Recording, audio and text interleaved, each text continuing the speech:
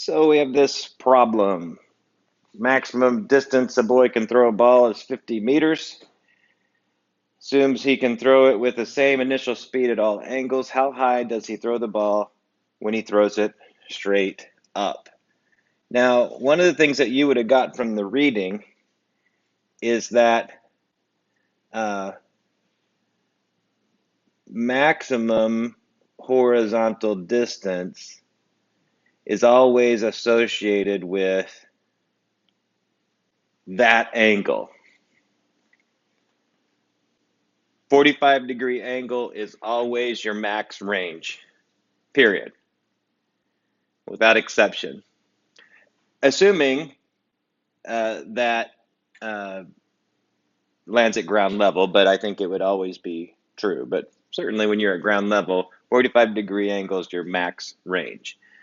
That works out if you just do the math on the sine, cosine, tangent stuff of 45. Basically, it gives it the max time of flight. So that's the rub there. So that would doing this math would require that particular piece of knowledge. And of course, one could use this range equation to solve for it and put this, 45-degree angle in for that maximum, and you get the 50 meters. That's one way to go about it. Then there's the rest of that math there, and we'll come back to that shortly. But that's one way to go about the problem. If we were to approach this using what we know from our other analysis, we would have, our speed and time part of that displacement triangle. This would be 4.9 t squared, so I'm going to use the normal value for little g. We know the range was 50, and we would have to, based on the fact that it was a maximum horizontal distance, put this 45 degrees in. So that's an interpretation of the given data, but it wasn't stated that it was at 45 degrees. It must be at 45 degrees if it's maximum range. So it's a factoid to know and keep in your framework. So the sine of 45 would just be 4.9 t squared over v naught t, which would be 4.9 t over v naught. But we would be stuck there because I have two unknowns and not enough information. So I could go down to the cosine of 45, and that would give me 50 over v naught t, still not giving me anything I can do anything about. But if I did tangent, I can go straight to the time. So if you rearrange that equation and square root it and all that jazz, you get 3.2 seconds. I'm going to trust that you can do that algebra, given that you are qualified to take this course. And so now we have the time, which means I can take that time and put it back into any of these equations here, and then this would lead me to the speed being 22.1 meters per second. All right, so we've done this enough times in a row. I'm not going to show every last step because you've already done that, but it's about the problem-solving approach. And here's the thing. You already know right triangle trig. Hopefully you've memorized the SOHCAHTOA, sine, cosine, tangent, little rule. That means if you can draw a right triangle and you know what SOHCAHTOA refers to, you can always just push those things out, and one or more of those things will lead directly to solution of an unknown variable, and then that unknown variable will be useful passing it forward to the other equations. And so you can just model it with right triangle trig and get the same set of answers. That's for cognitively speaking, that's better because you're just modeling it. The other approach is what you see in the solution gray box. Given an equation that you would look up or memorize, you would plug and chug. All right. So in the exam, I'll specify in one or more problems which method to use. And then in one or more problems, I won't specify a method to use. So you'll be tested on using the displacement triangle method, but you'll have the freedom to use any method you want. You'll do both. All right. So that's that. So notice that we're able to get the same speed, but by a different means. And so the way that the displacement triangle would be more efficient than the analytic approach is if you immediately recognized that tangent is the one relationship in the triangle that leads directly to an answer. And then that answer would be useful in one of the other relationships. But either way, you have to do two things. Either you're plugging and chugging into the range equation so that you can plug it into a speed equation. It's still two steps, all right? Still two steps no matter what. So we have that going for us. Now, it wants to know how high does he throw the ball when he throws it straight up. So hopefully you caught that the way the problem initially starts, it gives you in words maximum range, which directs you to an angle, one and only one angle that's associated with maximum range, and you find the speed that's required for maximum range. Then the problem is stating how high does he throw the ball when he throws it straight up, assuming he can throw it with the speed you just solved for. All right, so one way to go about that is with this equation that's up here, okay, and that's just a reworking of the zeroth law theorem. So if we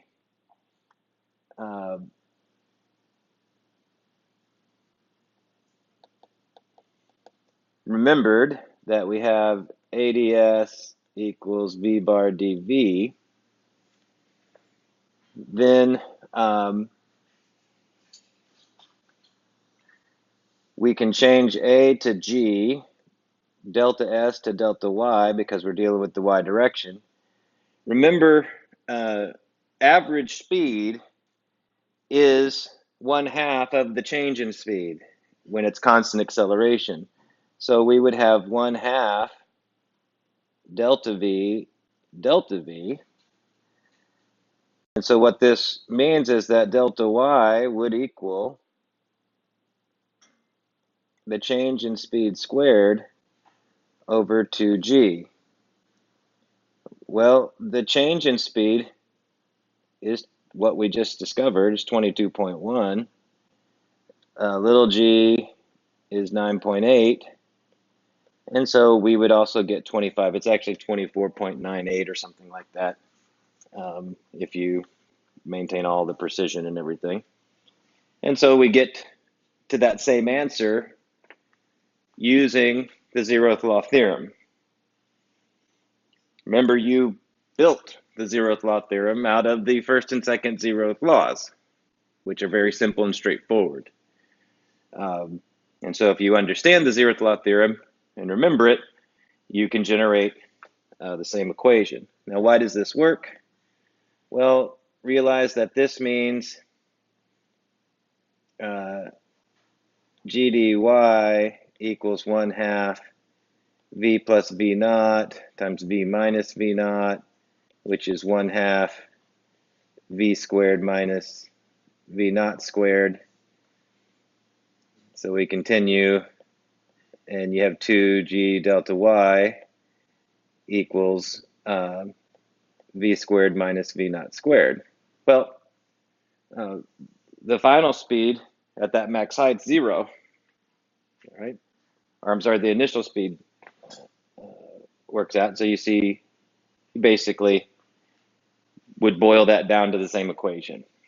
But that blue equation right here, that would be something that's listed in the textbook, and you would have to go grab it,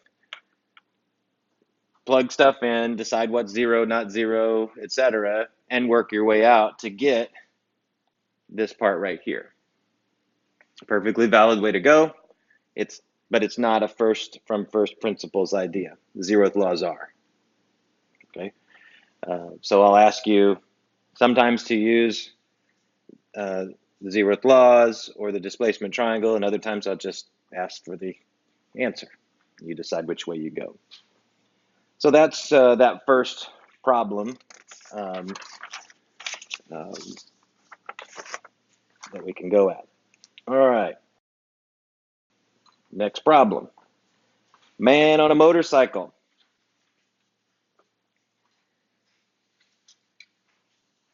So, man on a motorcycle traveling a uniform speed of 10 meters per second. One could assume rightly that this is the x speed. Could rightly assume that this is flat ground, motorcycle going horizontal. We typically use x as horizontal. Throws an empty can straight upward relative to himself with an initial speed of 3 meters per second. We could rightly assume that that is a y speed of 3 meters per second. That means there's a resultant vector called v, and this vector is composed of vx and vy components. This is not a displacement triangle problem, but it is a projectile motion problem. So part of the test is for you to recognize when a model applies or does not apply directly or indirectly. All right? So there's a subtlety there. Well, the magnitude of this velocity vector would be, if I put in these things here, would be the square root of 10 squared plus 3 squared, which ends up being that 10.4 that you see up here.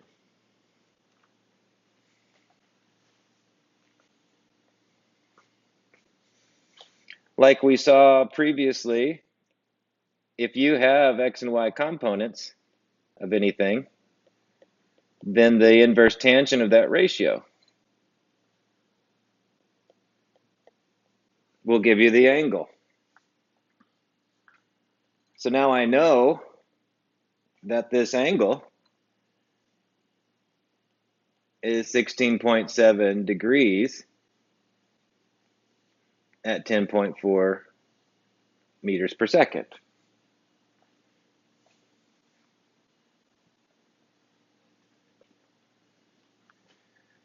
So again, not a displacement triangle problem, even though I made a triangle that looks just like a displacement triangle for projectile motion. All right? And this projectile is only going straight up and down while it's translating. So its path would be parabolic, okay? But it's not explicitly like the other projectile problems, okay? But we could test it. We could see what's the range of this projectile horizontally, because it will displace horizontally because it's moving at 10.4, well, whatever the x component, or 10 rather, meters per second. So if we knew its time of flight, we could do all of that but we're not asked for that in this problem. Then it says find the equation of the trajectory as seen by somebody else. Doesn't matter. All the rest of this stuff doesn't really matter. What's the equation of the trajectory? Well, in a handout, I gave you this equation. Actually gave it to you in a couple of forms. One form was a y of x form, where it looked like this.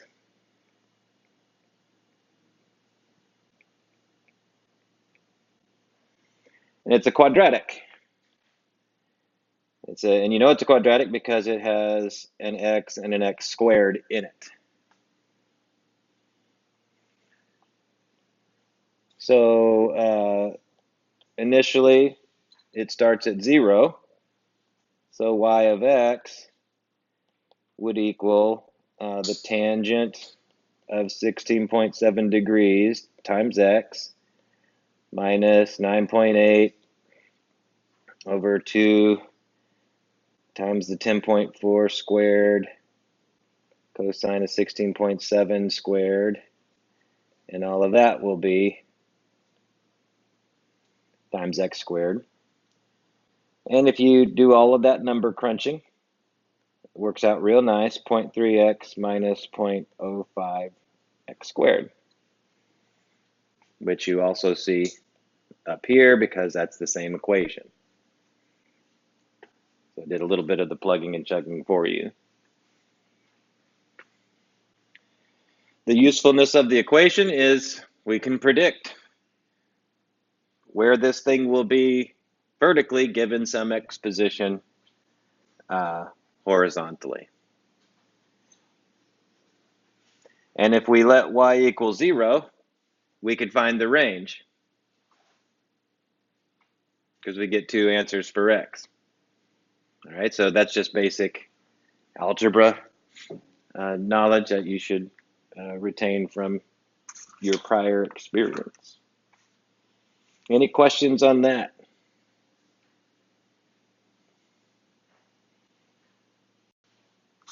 Next problem. A lot going on in this problem. So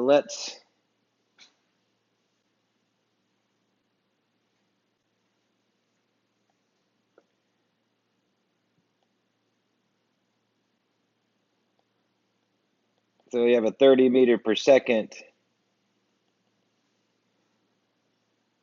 start, 53-degree angle relative to the horizontal, and this thing will reach some max height and then hit the ground out here. So we'll have some range, horizontal range that it goes, and it was a 100-meter high cliff. So there's some questions to answer. So how high above the edge of the cliff does the rock rise, and how far is it moved horizontally at max altitude? Okay, so that part of the problem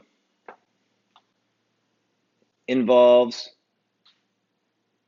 a displacement triangle that is ignorant of the height of the cliff.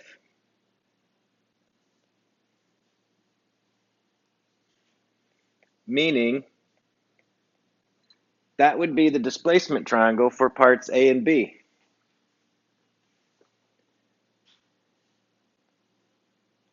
For parts C and D, we'll come back to those. How long after the release does it hit the ground, and what is the range of the rock? Those two parts of the problem involve a displacement triangle that is not ignorant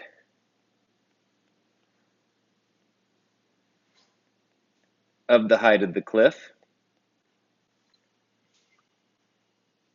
and thus produces that triangle.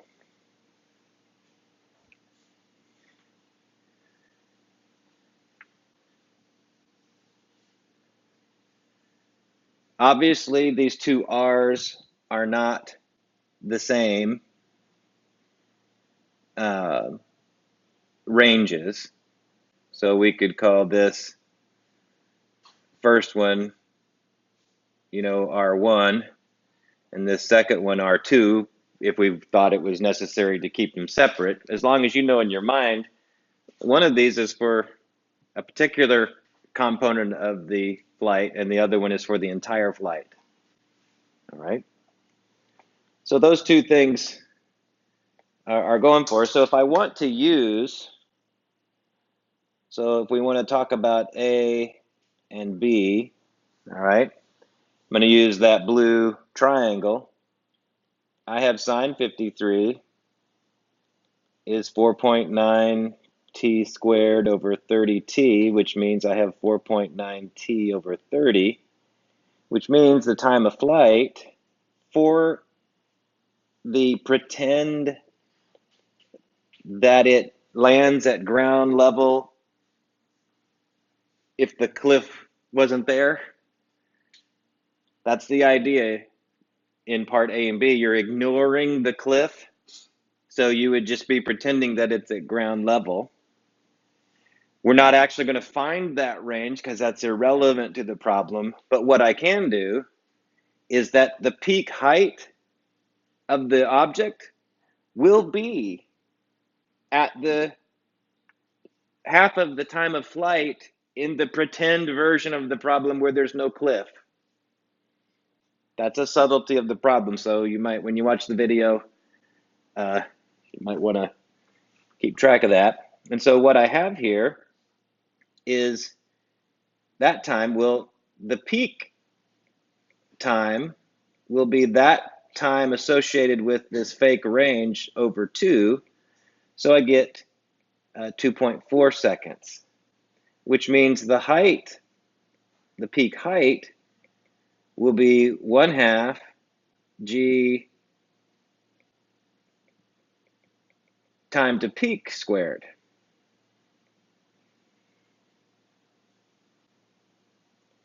And so that one will just be the 4.9 times the 2.4 squared, or the 29.3 meters.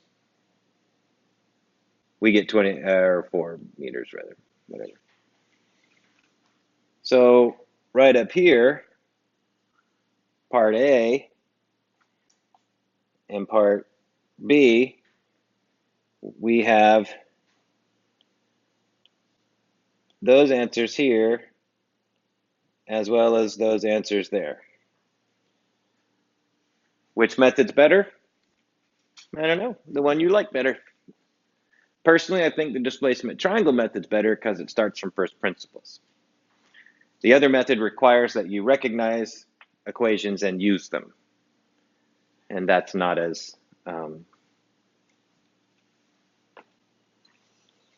it works, but it's not as reasonable, I guess. But it's not unreasonable, but it's not as desirable. So that gives A and B right off the bat. Same amount of work, really, when it comes down to it. But when you can do it that way, it shows you understand the problem. And ultimately, we're more concerned with your ability to understand a problem as opposed to simply being able to solve for it. All right. So I'm going to scooch this up so that I can write more. You have the rest of that problem there for you. So C and D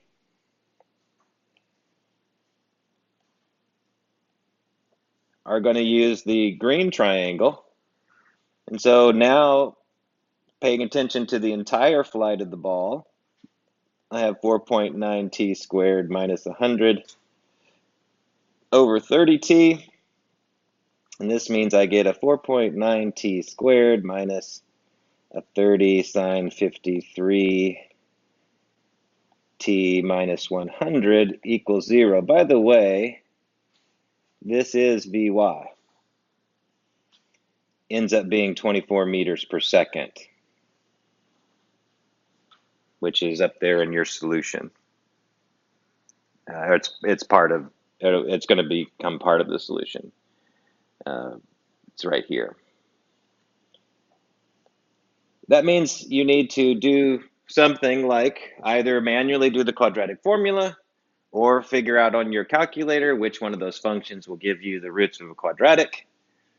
Okay, so if you, on the test, you won't be able to get online and find an online quadratic calculator. So either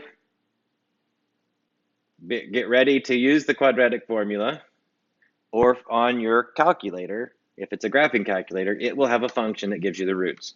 You'll have to look up which one it is on your calculator. Just Google it or get the manual out or whatever, and we can figure that out. But between now and the test, you need to figure that out with my help or somebody's help to do that. Anyways, the time of flight in this case is going to end up being 7.58 seconds if you plug and chug that into a calculator or by some means. And so that means that if I want to get the range, the cosine of the angle will involve the range, one of several or two of these things, 30t. And so if you solve this for range, you're going to get, well, let me go ahead and do this here. That means the range will be 30 cosine 53 times the time of 7.58, and that'll give me 136.4 meters like you see upstairs. By the way, this is your x component of speed, which happens to be 18 meters per second if you crunch that out.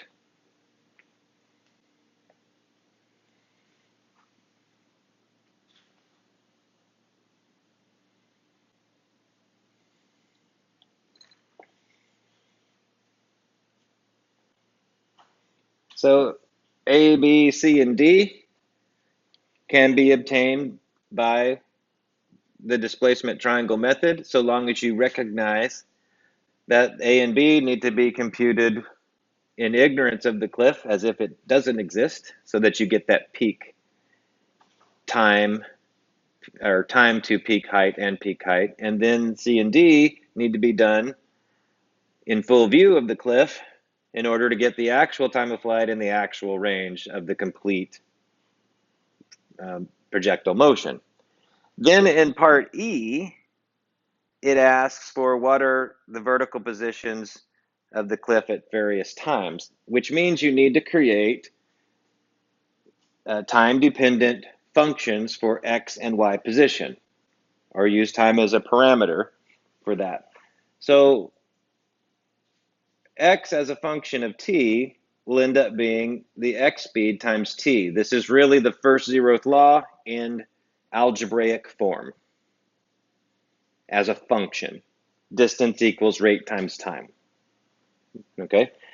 And so this means Vx would be V naught cosine theta t, which we already found out that this is 18t from over here. We already worked that out.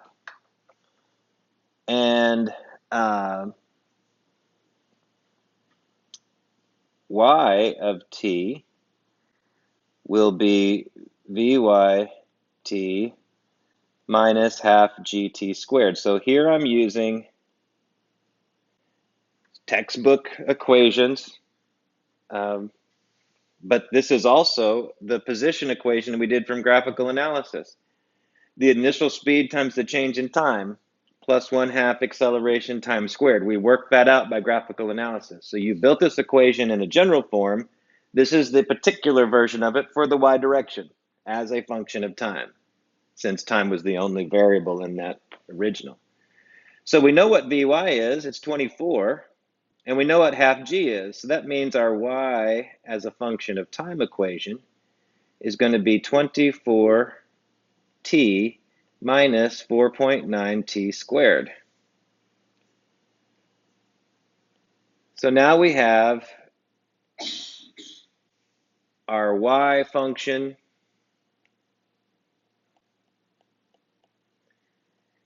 and we have our x function, And so it literally is a matter of you computing the x of 2, 4, and 6 and the y of 2, 4, and 6. That's plug and chugsville. So the physics is done at this point, and you're going to plug and chug numbers to get those answers. All right. Those have been plug and chug for you in the gray solution box by the purely analytical method. So I'm not going to work those out any further.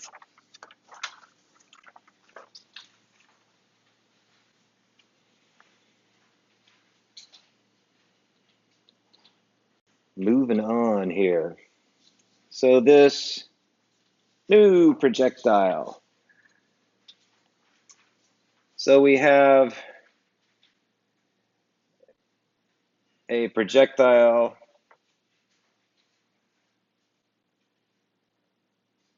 I can just start with the equation here. It's launched at 30 degrees and it lands 20 seconds later. Well, this is the V naught T, so that basically means this leg of the triangle is 20 V naught. Don't know the initial speed. This other leg of the triangle is 4.9 T squared, but that would just mean that it's 4.9 times 400, because 20 squared is 400, and 20 squared times 400 means that this is 1960. Okay? So we have, and then there's our range down here, which it would just be Vx times t. So that's a generally true statement for the range of a projectile in that regard. So what do we do with this? Well, sine of 30 degrees would end up being 1960 over 20 V naught, which means my initial speed would be 20 sine 30. I'm sorry, let me,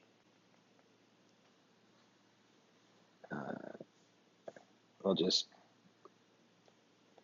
work it out here. If you swap the sine 30 with the V naught and compute it, you get exactly what is shown up here,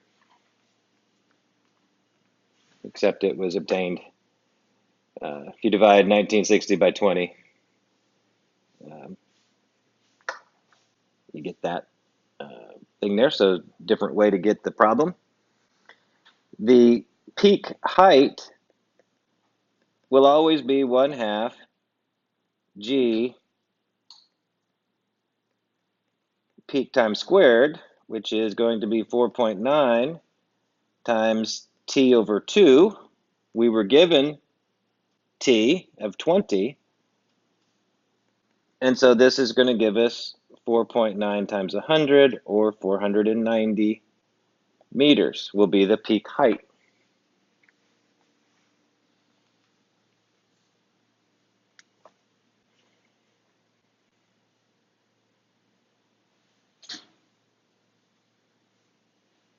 And either cosine or tangent will give you the range. Tangent of 30 will be 1960 over the range, which means the range will be 1960 over tan 30, which will give you a 3395 meters. So,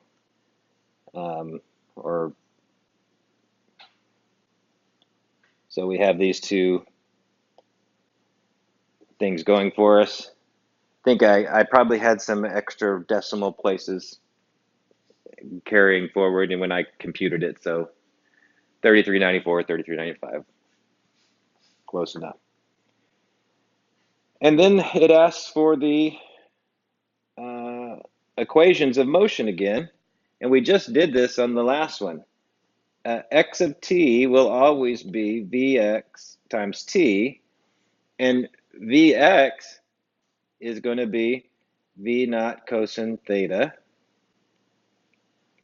t, and if we do that computation, that's 196 cosine 30 t, and we get 169.7 t. It's up here in that part of it. Y of t will have the same structure as before. Y speed times time minus half gt squared.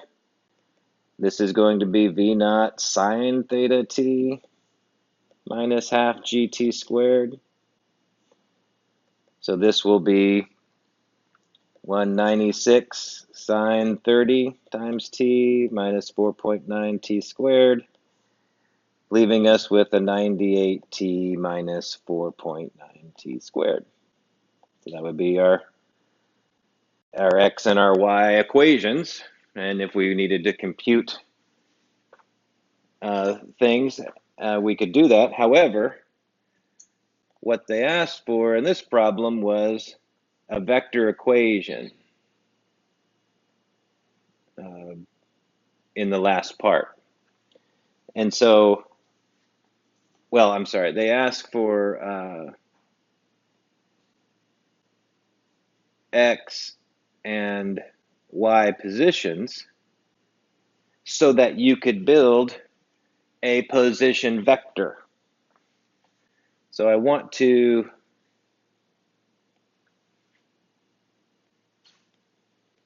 state that this is the same as S equals Sx Sy, which you would get from computing x and y positions at some time.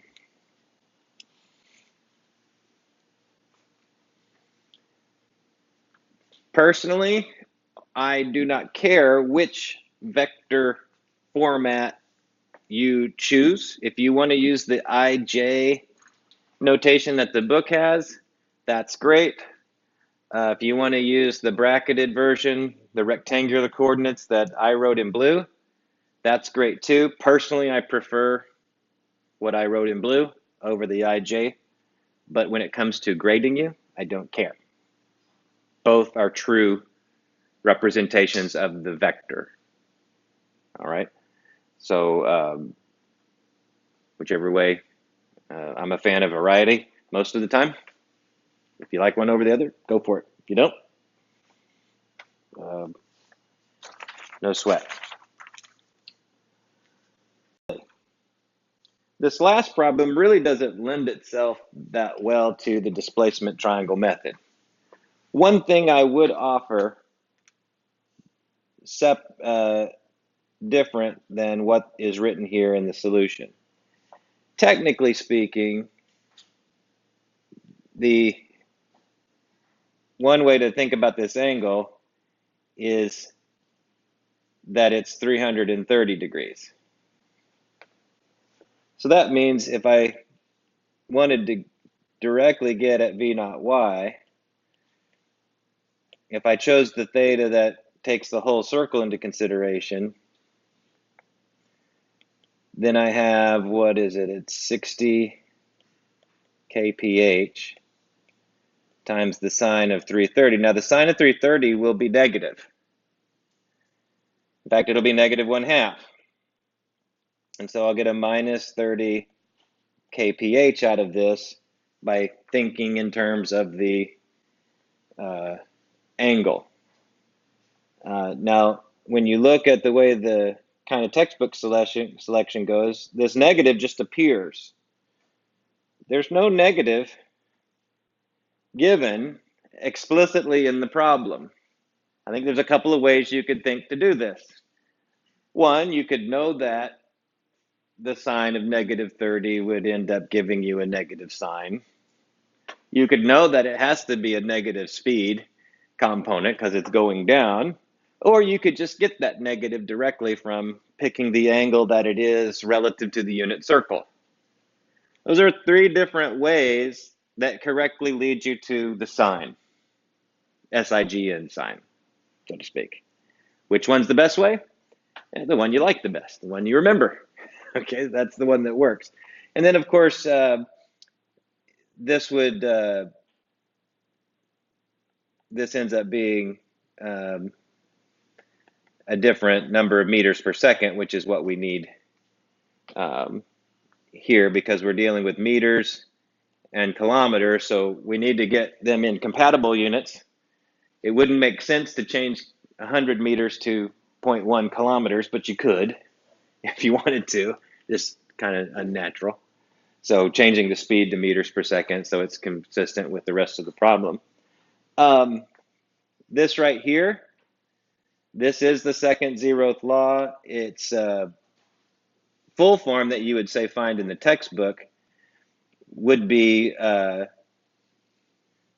2ADS equals V squared minus V naught squared. All right. And then you would change, if A is gravity, you'd change A to G, and delta S would be delta Y.